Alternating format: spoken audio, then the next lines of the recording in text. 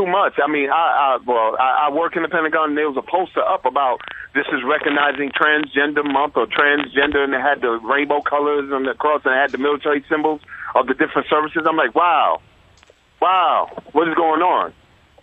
You know, I'm an observer of nature, Perry. We don't know each other. We probably differ on some things. We agree on others.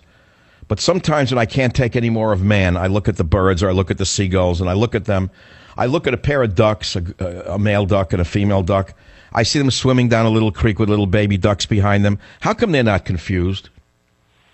Oh, they're not. But you know what the difference Why is? does a duck have more sense than most Americans?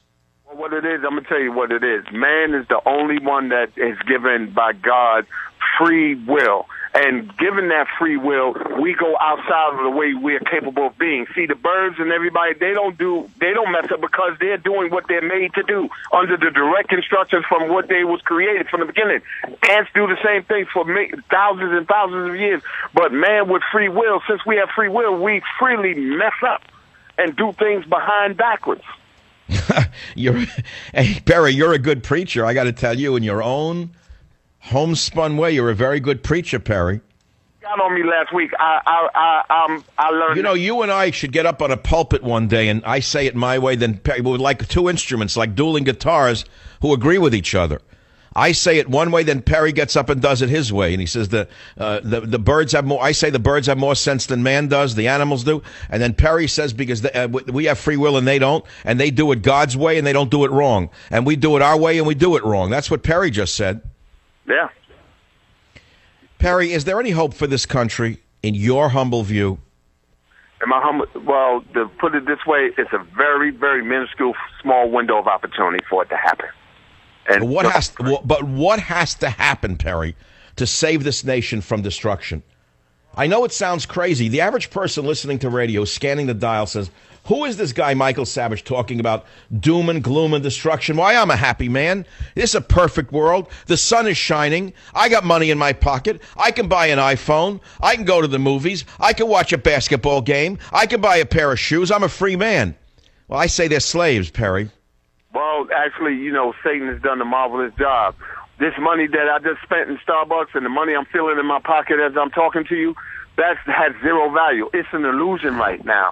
And all it takes is the push of one button coming from another nation, and it'll be like Monopoly money. It's like me going to Monopoly, pulling a orange $50 bill and going to the store.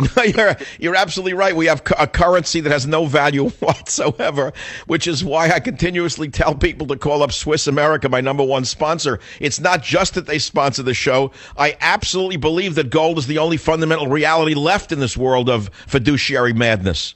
Yeah, anything that has an exchange of value. I am going to invest in some bullion and some coins because it might be the only way I'll get a loaf of bread.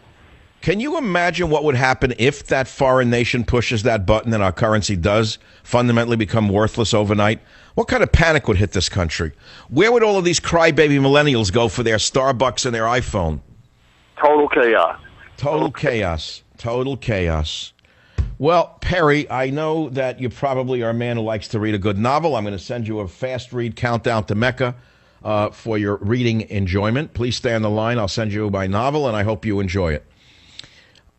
Susan, WJR, welcome. You're one of the few women who listen to the show. Of the millions of listeners I have 24 Savagettes, and you're one of them. Thanks for calling.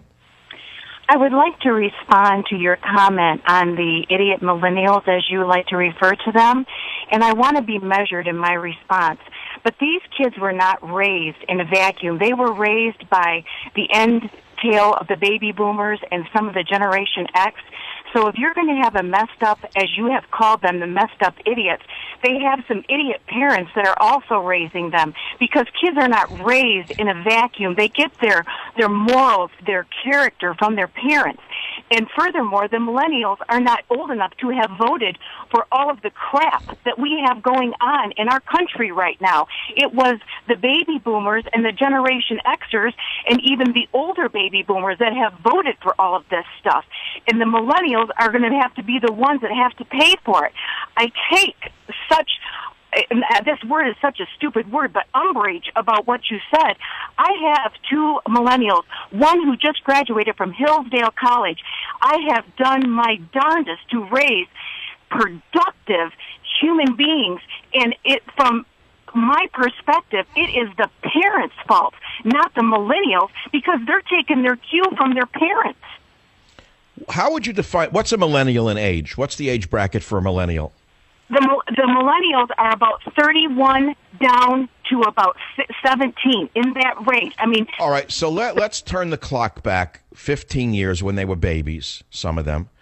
When I was talking on the radio about their so-called mothers in coffee houses, feeding them a piece of cake and a coffee or a chocolate in the morning, after all the hard work that I did and millions and others did in nutrition, to teach about the dangers of sugar and caffeine to a child in particular, to see these mothers doing this to them simply, they were too lazy to make them a breakfast. They figured just stuff them with something and a Ritalin pill and send them off to school.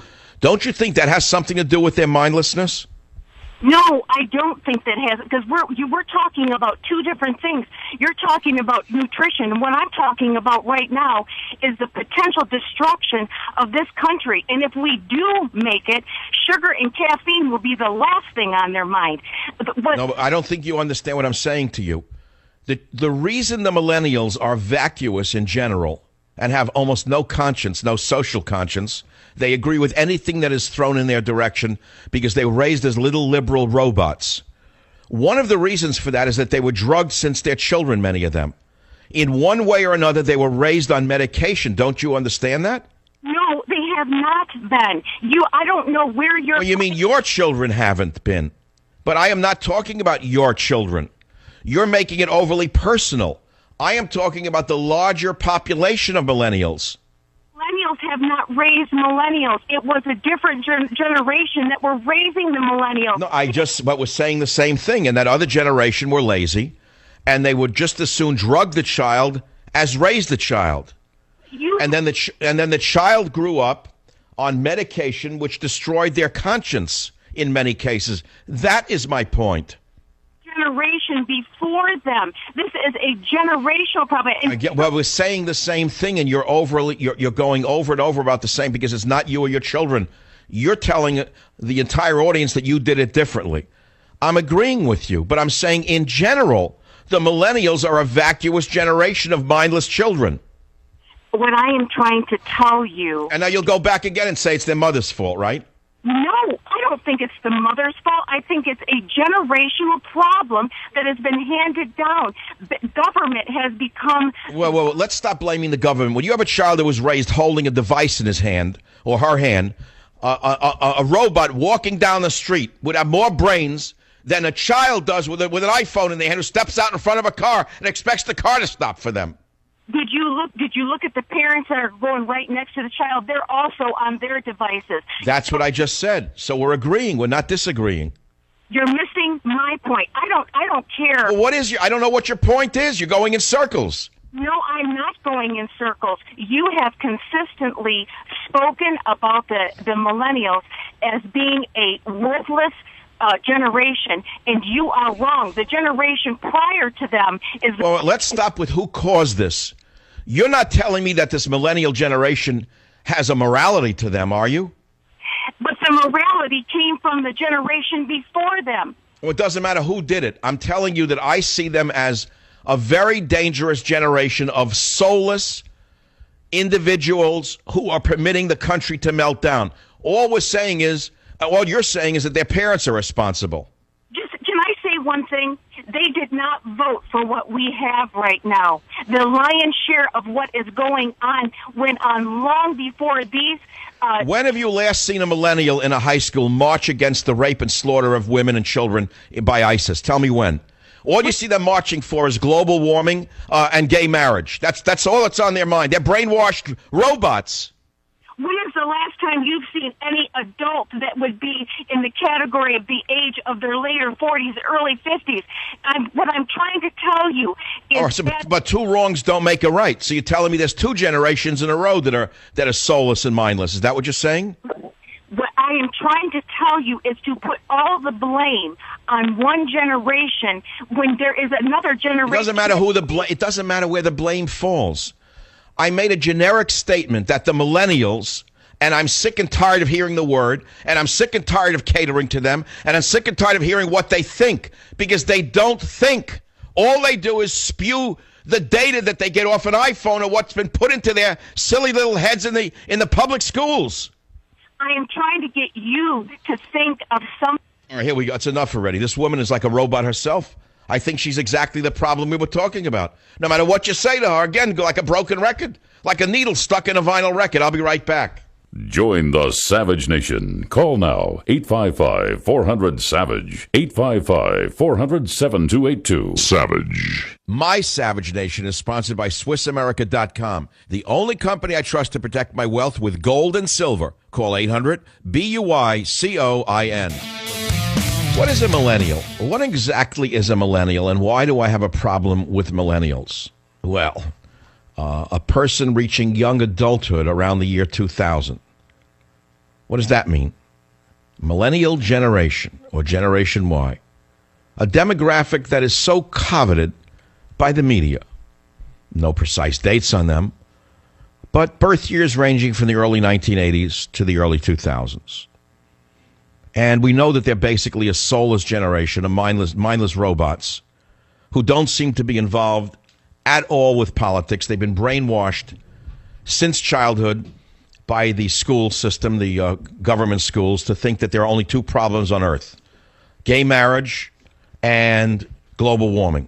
They have no evidence for global warming, nor is there any evidence that by agreeing to gay marriage it will make society better. And yet these brainwashed children think that both are true. If you confront them with the facts about global warming being fraudulent in the minds of many respected scientists, they would look at you the way the Red Brigades would look at people in, let us say, China at the time of the Red Brigades. They would blink at you as though you are the fool. Nor would they listen to your evidence, because their minds, whatever's left of them, is made up. Now, how did they get this way is the issue. And what are we in for if these millennials, so-called, eventually take over this country, which they will do? I can tell you exactly what's waiting for you. So let's start with you seniors who are looking forward to a nice retirement and Obamacare to take care of your every need so you can go on a cruise and play golf. They'll pull the cord on you faster than you could say Barry Obama. They'll be the ones to say, who cares about those old fools sitting on those incubators? Get rid of them all. We don't need them. That's what they'll say. Welcome to the new young Germans. A new generation of young Germans called millennials. Join the Savage Nation. Call now, 855-400-SAVAGE, 855-400-7282. Savage. A march of the millennials, so-called. I know it's a facile phrase of young people. And advertisers are obsessed with this demographic, thinking that they determine everything. But there are things that we have to talk about here. Because if you're going to focus on the me generation, you'd be focusing on two generations before them. No, we have to focus on what's called the me, I generation. The generation of soulless zombies. Oh, they buy things. Oh, yes, they do. And that's very important to marketers. And it's an important demographic, no doubt. But what is this demographic? What do they think? What's on their mind? Do they actually know what's going on in the world around them? Do they care? Or do they care only about their own pleasure? What restaurant they're going to eat in, what shoe they're going to buy, what vacation they're going to go on, what device they're going to be using. And what's going on with the millennials is a very important story, because they are going to craft the future of this nation. It's not going to be the 60-plus audience that's going to craft the future of America. And it also explains how ISIS can rampage through the Middle East, raping, murdering, enslaving, without a peep out of the millennial generation. The only people complaining about it are me, people of my generation. The only people noting that Obama is behind ISIS is my generation. The only people agonizing over it are my generation.